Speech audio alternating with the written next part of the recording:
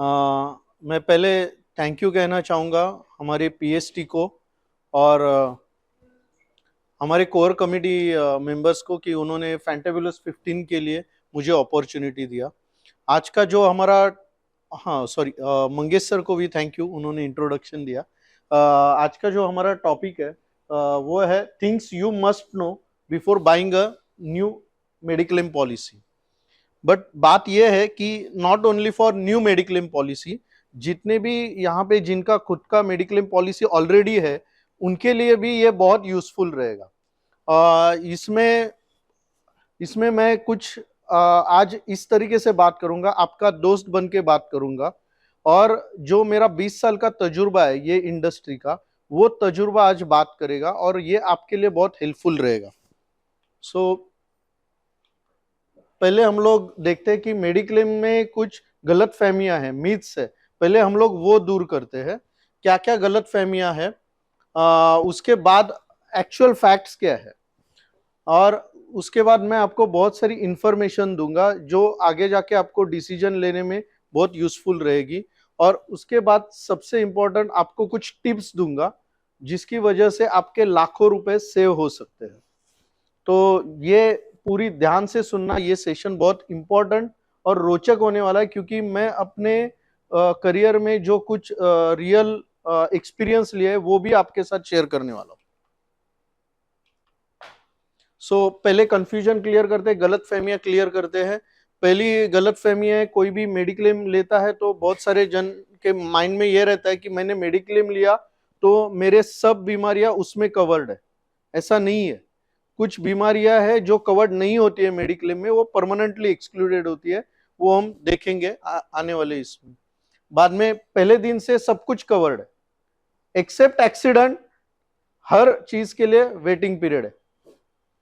उसके बाद hospital expenses, मैंने मेडिक्लेम लिया है तो अभी ये इंश्योरेंस कंपनी की जिम्मेदारी है कि मेरा पूरा पैसा वो भरे, ऐसा नहीं होता है। मेडिक्लेम में कुछ खर्चे हैं जो नहीं मिलते हैं, वो हमको ही बेयर करने हैं। तो कुछ हद तक हमको पैसे बेयर करने हैं, ये फैक्ट है, इसको एक्सेप्ट करना पड़ेगा। बाद में मेडिकल टेस्ट जो हम लोग इन्वेस्टिगेशन करते हैं, जैसा कभी एमआरआई किया या कुछ एक्सरे किया, तो वो चीज का पैसा नहीं मिलता है until and unless it is related to hospitalisation. बाद में ओपीडी कवरेज, हम लोग जो नॉर्मली हमारे फैमिली डॉक्टर के पास जाते हैं, उसका जो ट्रीटमेंट होता है, लोग एक्सपेक्ट करते हैं कभी कभी वो अगर ज्यादा हो गया तो वो भी मेडिक्लेम में मिले, वो नहीं कवर्ड होता है अनटिल एंड अनलेस आपने उसका राइडर लिया या उसका अलग से पॉलिसी लिया। तो ये जो है ये कुछ गलत फहमियां है, ये हमें नहीं रखनी चाहिए। इसके बाद हम लोग हमारे मेन टॉपिक पे आते हैं, what you must know before buying mediclaim policies. तो पहला नियम है मेडिक्लेम का कि 24 hours hospitalisation is must. Second है इनिशियल वेटिंग पीरियड, ये इनिशियल वेटिंग पीरियड 30 डेज का रहता है। इसमें जो अचानक से बीमारियां होती है, जैसे बुखार है, फूड इन्फेक्शन है, गैस्ट्रो है, किसी को कोई हिस्ट्री नहीं रहता है लेकिन अचानक से हार्ट अटैक आ जाता है, ऐसे बहुत सारे केसेस हमने देखे कि आदमी खड़ा है और हार्ट अटैक से गिर गया, तो वो भी इसमें कवर्ड होता है आफ्टर 30 डेज। तो 30 डेज का वेटिंग पीरियड है। स्पेसिफिक डिजीज लाइक कान, नाक, गला, फिशर, फिस्टुला, पाइल्स, हर्निया, बाद में जो हमारे मेजर ऑर्गन्स है लाइक ब्रेन है, हार्ट है, स्टमक है, किडनी है, इसके रिलेटेड गायनेकोलॉजिकल डिजीज है, बोन्स है, इसके रिलेटेड जो डिजीज है, ट्यूमर्स है, वो 2 साल पूरे होने के बाद तीसरे साल में कवर्ड होता है। उसके बाद प्री एग्जिस्टिंग डिजीज, मतलब पॉलिसी लेने के पहले अगर आपको कुछ बीमारी है, उसका ट्रीटमेंट चल रहा है, कुछ ऑलरेडी ऑपरेशन हुआ है, तो वो कुछ पॉलिसीज में 3 साल के बाद कवर्ड होता है, कुछ पॉलिसीज में 4 साल के बाद कवर्ड होता है। और पॉलिसी लेने के पहले अगर कुछ है ऐसा तो वो डिक्लेयर करना जरूरी है। अगर नहीं किया और क्लेम के वक्त वो मेडिकल हिस्ट्री में आया तो आपको क्लेम नहीं मिलेगा। कई बार मेडिक्लेम पॉलिसी भी कैंसिल होती है, तो ये बहुत इंपॉर्टेंट है कि जो भी आपके एग्जिस्टिंग डिजीज है वो आप डिक्लेयर करें मेडिक्लेम लेते वक्त। अभी हम लोग देखते हैं मार्केट में बहुत सारी चीप पॉलिसीज रहती है, बहुत सस्ता प्रीमियम रहता है, और कुछ पॉलिसीज है जिसका प्रीमियम ज्यादा रहता है। तो ऐसा क्यों होता है, तो वो जानना जरूरी है। जो चीप रहती है उसमें कवरेज कम रहता है। बाद में रूम रेंट पे कैपिंग रहते हैं 1% 2%, वो भी डिटेल में मैं आपको आगे बताऊंगा। आईसीयू पे कैपिंग रहता है। बाद में प्री एंड पोस्ट हॉस्पिटलाइजेशन का जो पीरियड रहता है वो बहुत कम रहता है। तो ये थोड़ा एक एक करके डिटेल में जानते हैं। प्री एंड पोस्ट हॉस्पिटलाइजेशन, इसके ऊपर मैं ज्यादा टाइम नहीं लेना चाहता हूँ क्योंकि ये जनरली सबको पता रहता है। प्री हॉस्पिटलाइजेशन मतलब हॉस्पिटलाइजेशन के पहले जो खर्चा हुआ है वो कुछ पॉलिसीज में वो 30 डेज का रहता है, कुछ पॉलिसीज में 60 डेज का रहता है। Post hospitalisation is same for all. Post hospitalisation में 60 डेज, 90 डेज, 180 डेज ऐसा पोस्ट हॉस्पिटलाइजेशन कवर होता है। सिंपल बात है, ज्यादा से ज्यादा पीरियड रहेगा तो वो अपने लिए अच्छा है। अभी ये हिडन कॉस्ट मतलब बहुत सारे टाइम पे काटछाट होती है, मेडिक्लेम में क्लेम कम सेटल होता है। उसका रीजन क्या है, तो ये रूम रेंट का कैपिंग है। एकदम सस्ता वाला पॉलिसी रहता है ना, उसमें 1% का कैपिंग रहता है। मान लीजिए आपने 5 लाख का पॉलिसी लिया है, तो 5,000 का रूम रेंट और नर्सिंग एक्सपेंस मिलके वो कवर्ड है। 5,000 के ऊपर अगर हमारा खर्चा जाता है तो वो तो हमको बेयर करना ही है ऊपर का। उसके अलावा प्रोपोर्शनेटली डॉक्टर का चार्जेस भी कट होता है। तो फाइनल बिल में कटाई और कुटाई दोनों होती है। बाद में नॉन मेडिकल आइटम्स जैसे ग्लोव्स है, सिरिंज है, कॉटन है, इसके पैसे नहीं मिलते हैं। अभी कुछ पॉलिसीज आए हैं इसमें ये पैसे कवर्ड होते हैं। तो प्रीमियम पॉलिसीज में थोड़ा पैसा ज्यादा जाता है, लेकिन हमें वो अच्छी तरह से कवर्ड करता है। Unlimited coverage with auto restoration, ये बहुत इंपॉर्टेंट फीचर है। अगर आपके पास कोई पॉलिसी है ऑलरेडी मेडिक्लेम में, तो ये फीचर है या नहीं है ये चेक कर लो, क्योंकि ये फीचर आपके लाखों रुपए बचा सकता है। ऑटो रिस्टोरेशन में क्या होता है, मान लीजिए नॉर्मल पॉलिसी है आपका 10 लाख का, और आपका क्लेम आ गया 7 लाख का और आप आ गए और उसी साल अनफॉर्चुनेटली वापस आपको एडमिट होना पड़ा और आपका सेकंड क्लेम आया 5 लाख का। अभी पहले क्लेम किया उसमें 7 लाख खर्चा हो गया, 3 लाख हमारा बच गया। तो सेकंड क्लेम में 3 लाख ही मिलेगा, 2 लाख तो अपने को अपने पॉकेट से बेयर करना है।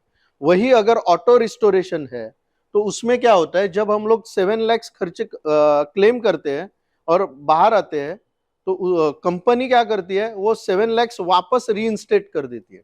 तो आप वापस 10 लाख क्लेम करने के पोजीशन में आ जाते हो।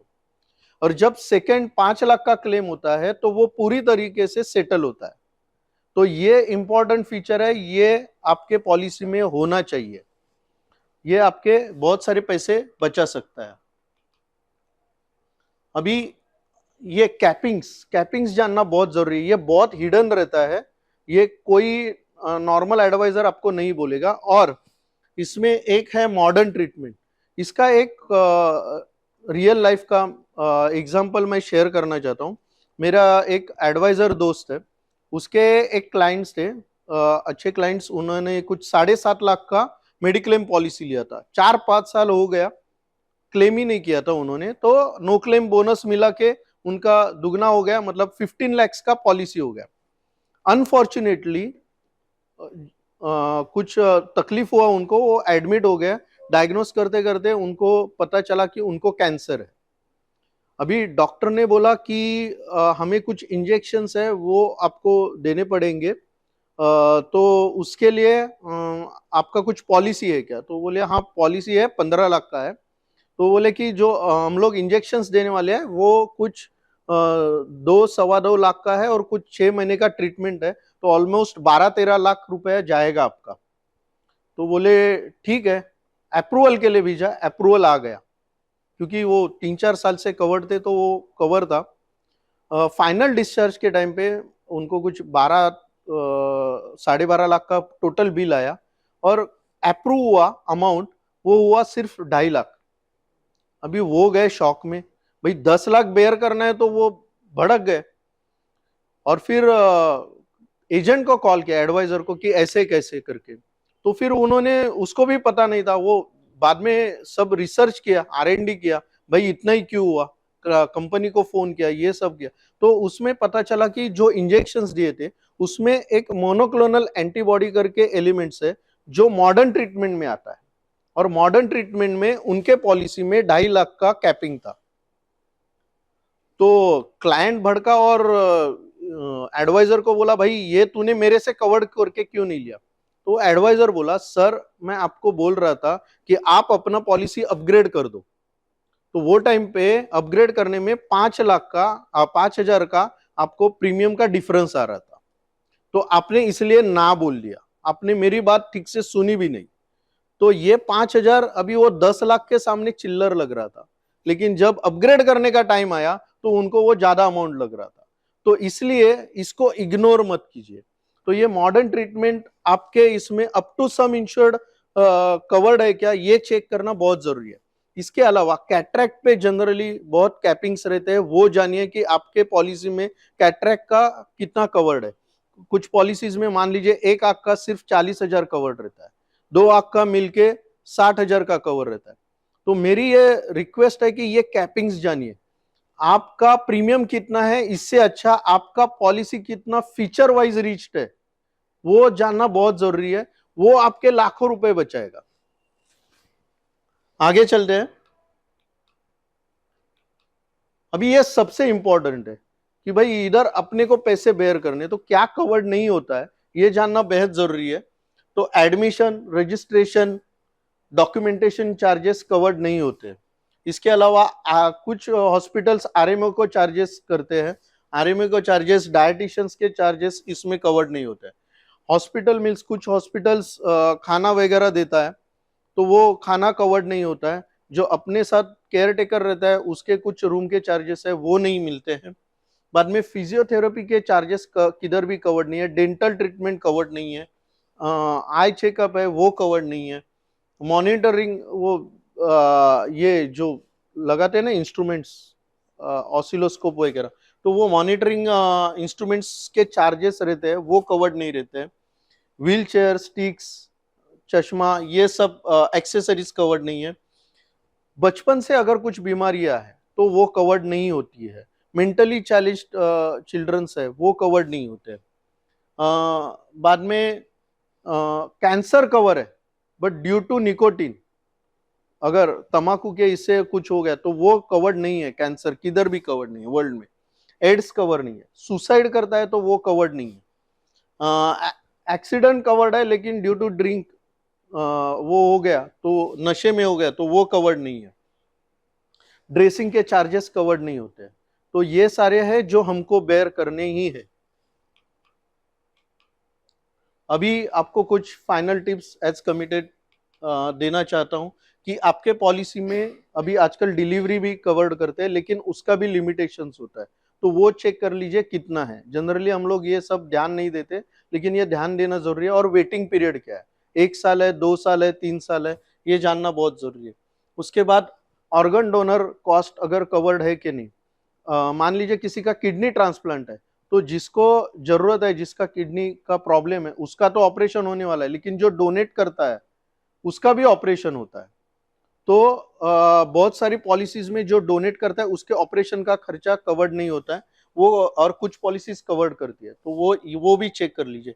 बैरिएट्रिक सर्जरी, ये वजन ज्यादा होता है तो कभी कभी डॉक्टर्स ये रिकमेंड करते हैं कि बैरिएट्रिक सर्जरी करो, क्योंकि अदरवाइज ज्यादा वजन से हार्ट अटैक के चांसेस बढ़ते हैं, तो वो बैरिएट्रिक सर्जरी से वो कम हो जाते हैं। तो ये सब पॉलिसी में कवर्ड नहीं होता है और ये लाखों में जाता है इसका खर्चा, तो वो आपके पॉलिसी में कवर्ड है कि नहीं वो चेक कर लीजिए। रोड एम्बुलेंस पे जनरली कैपिंग रहता है, तो वो भी चेक कर लीजिए कि वो कवर्ड है या नहीं है। एयर एम्बुलेंस, इमरजेंसी में like brain transplant, kidney transplant, heart transplant में जब जान जोखिम में होता है और राइट हॉस्पिटल में वो फैसिलिटी नहीं होती है, तो कभी कभी हेलीकॉप्टर एम्बुलेंस का प्रोविजन होता है, तो वो यूज होता है, तो उसका खर्चा भी लाखों में जाता है। तो वो आपके पॉलिसी में कवर्ड है कि नहीं वो चेक कर लीजिए। कुछ इसमें लिमिटेशंस रहते हैं, कुछ अप टू सम इंश्योर्ड रहते हैं, लेकिन ये बहुत कवर्ड होना बहुत जरूरी है। और ये सिर्फ हाई एंड पॉलिसी में जनरली होता है, तो वो चेक कर लीजिए। Thank you very much.